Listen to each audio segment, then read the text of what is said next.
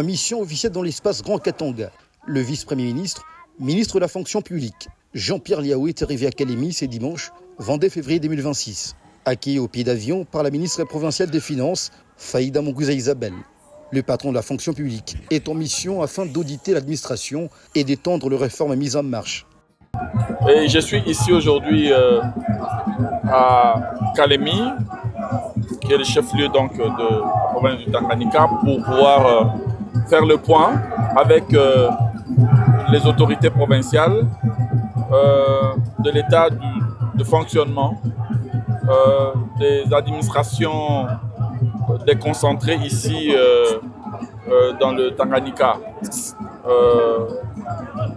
Les difficultés que les fonctionnaires rencontrent dans l'accomplissement de leur mission.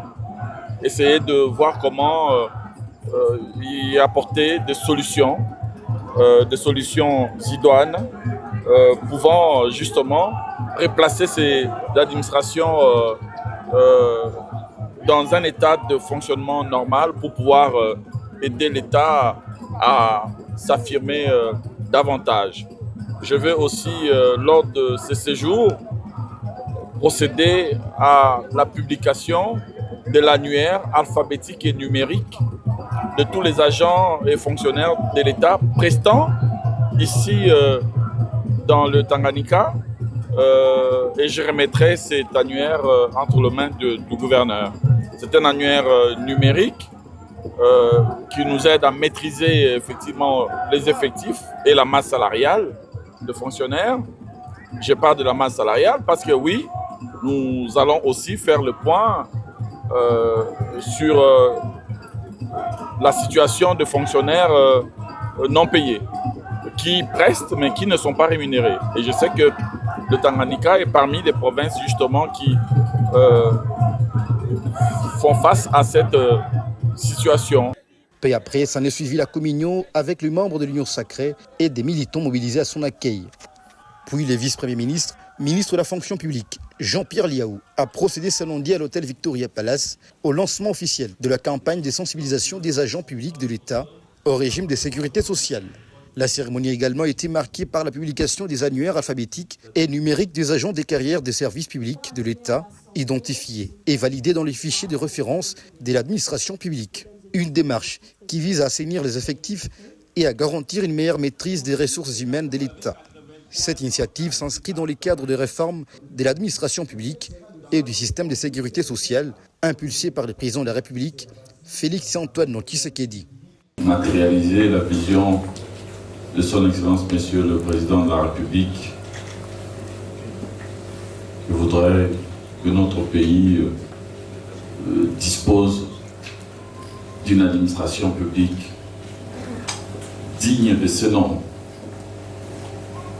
à la hauteur de sa grandeur, une administration efficace, efficiente, qui soit au rendez-vous du rendement et des résultats. Et pour que cette administration soit possible, il faut avoir des objectifs.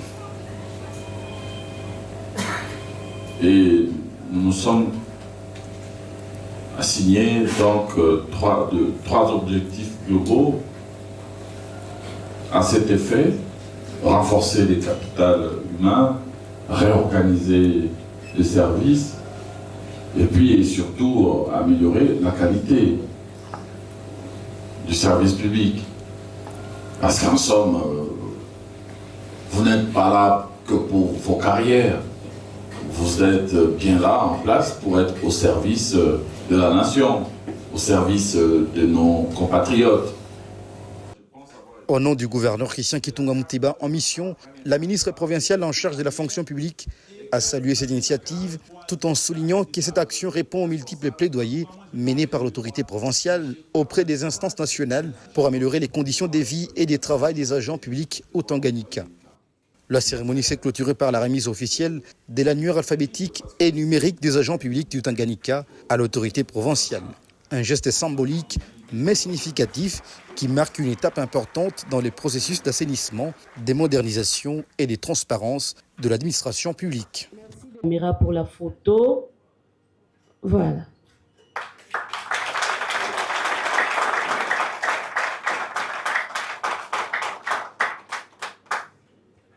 Merci, nous pouvons rejoindre.